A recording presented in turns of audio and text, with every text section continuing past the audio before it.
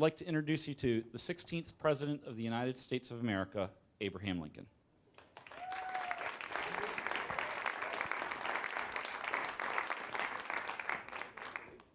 With malice towards none, with charity for all, with firmness in the right as God gives us to see the right, let us strive to bind up our nation's wounds, to care for him who hath borne the battle, and for his widow and orphan, so that we can come to achieve and cherish a just and lasting peace among ourselves and with all nations. Good evening, ladies and gentlemen. Those words come from my second inaugural address, delivered in Washington City on March the 4th, 1865. We knew then that the Civil War was coming to an end. And my message to the American people was that we would move into Reconstruction with as much amiability and with as little resentment as possible. And in fact, 5 weeks later, the Civil War did come to an end when Robert E. Lee surrendered to Ulysses S. Grant at Appomattox Courthouse. When the word got back to Washington City on April the 9th, a Sunday, a crowd gathered around the White House. The military men set up on the White House lawn, and they called for me to come make a speech. I did come out. I said, I will make a speech in a day or two, but for now, let us relish this moment. And let the band play Dixie. Dixie. But of course, again, my message to the country. We are now one country again. Dixie was the surrogate national anthem of the Confederacy. So why not have the Union Band play Dixie on the day that the news reached Washington City? We moved on 2 days, and I did give that speech. I talked at length about the millions of human beings who had previously been enslaved by the white man for so many years, who were now free. The 13th Amendment had been passed 2 months earlier. And so how were these people going to assimilate and integrate into society? That was our challenge as Reconstruction was starting. I talked about these people who now were citizens and would have the right to vote. In that audience, on Tuesday, April the 11th, 1865, was a young man from Harford County who grew up not more than a mile from where you all sit right now. John Wilkes Booth. He stood outside the White House, heard my speech. He turned to his friend Lewis Powell and said, did he say the Negro the right to vote?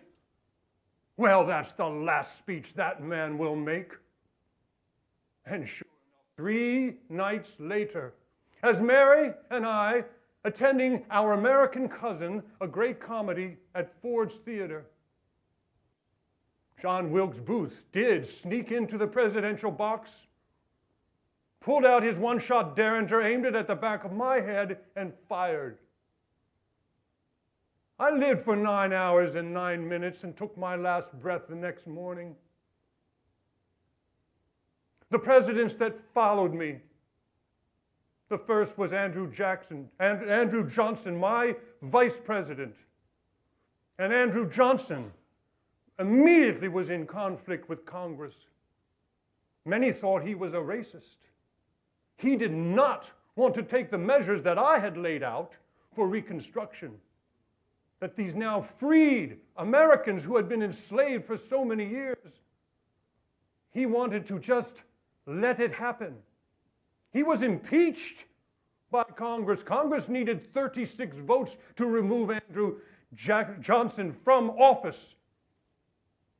They got 35, so he remained in office. The next president was Ulysses S. Grant. He did a wonderful job. He put thousands of troops down into the South to help assist and facilitate the integration of these millions of humans who were no longer enslaved by the white man. He served for 8 years. But it was the next president, ladies and gentlemen, that set Reconstruction to hell in a handbasket. Rutherford B. Hayes was approached by the Southern politicians when he was a candidate. They said, if you will remove all these federal troops that are here in our state and let us take care of our own business, then we will ensure that you get the number of votes you need to become the 19th president of the United States. Rutherford B. Hayes accepted this offer. And then started Jim Crow. And then started and increased the lynchings, the murders. The Ku Klux Klan, which had been founded during Andrew Johnson's presidency, was now free to do what it wanted. I will finish my presentation to you here tonight with what I call the American Address. It really is the great-great-grandchild of the Gettysburg Address. And it goes like this.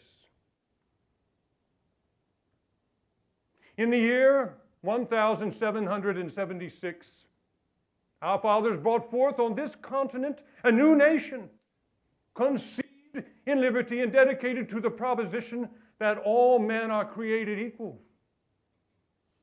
1 century less 13 years later, and we were embroiled in a bitter civil war, testing whether our nation or any nation so conceived and so dedicated could long endure.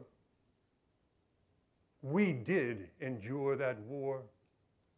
It was at the horrific cost of over 600,000 lives, but we did endure, and we remained as one country. Since that time, we have risen to great heights. We are an economic power. We have attained allies of loyalty and strength. And in some ways, we have been among the leaders in the world of freedom. But ladies and gentlemen, we are still plagued by wounds that have been with us since our beginning. Wounds that gave birth to the Civil War. Wounds that caused the ineffective policies and procedures of Reconstruction in the decades following the Civil War. And wounds that exist with us to this day, that are mired in hatred, bigotry, racism, and greed. Yes, we have improved over the years, but ladies and gentlemen, we still have ways to go. In order to bind up our nation's wounds, we must embrace our neighbor. We must embrace our fellow citizen. We must embrace members of the human family anywhere on this planet, and do so regardless of the color of their skin, regardless of their gender, regardless of their sexual orientation, regardless of the origins of their ethnicity, and regardless of their religious or non-religious views. To do this will bring a greatness to this country that the world has not yet seen.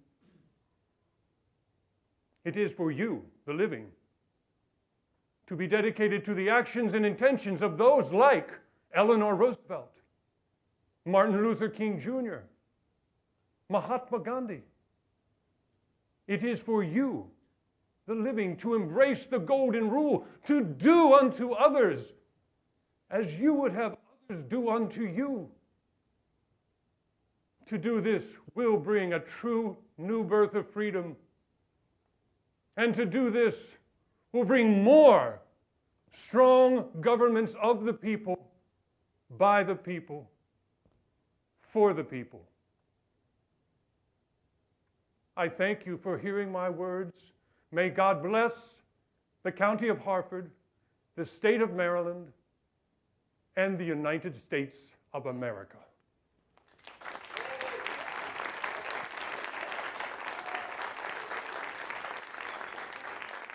Abe, well done.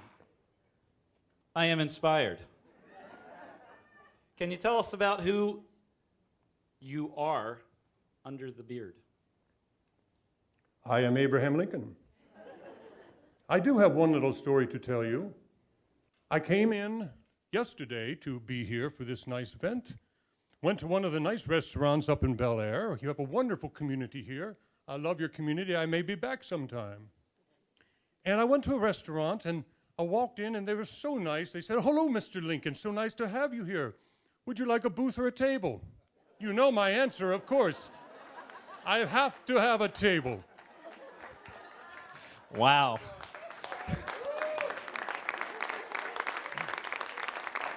Where's that snare drum when you need it? Bob, thoughts on Abe? Well, I'll tell you, I've seen lots of really great monologues on this stage over the last 35 years, and that was one of the best. No doubt about it. Very good. Benny? I don't know what Steven Spielberg was thinking when he got Daniel Day-Lewis, but you know, he blew it. You the man. Very good. Thank you very much, Mr. President.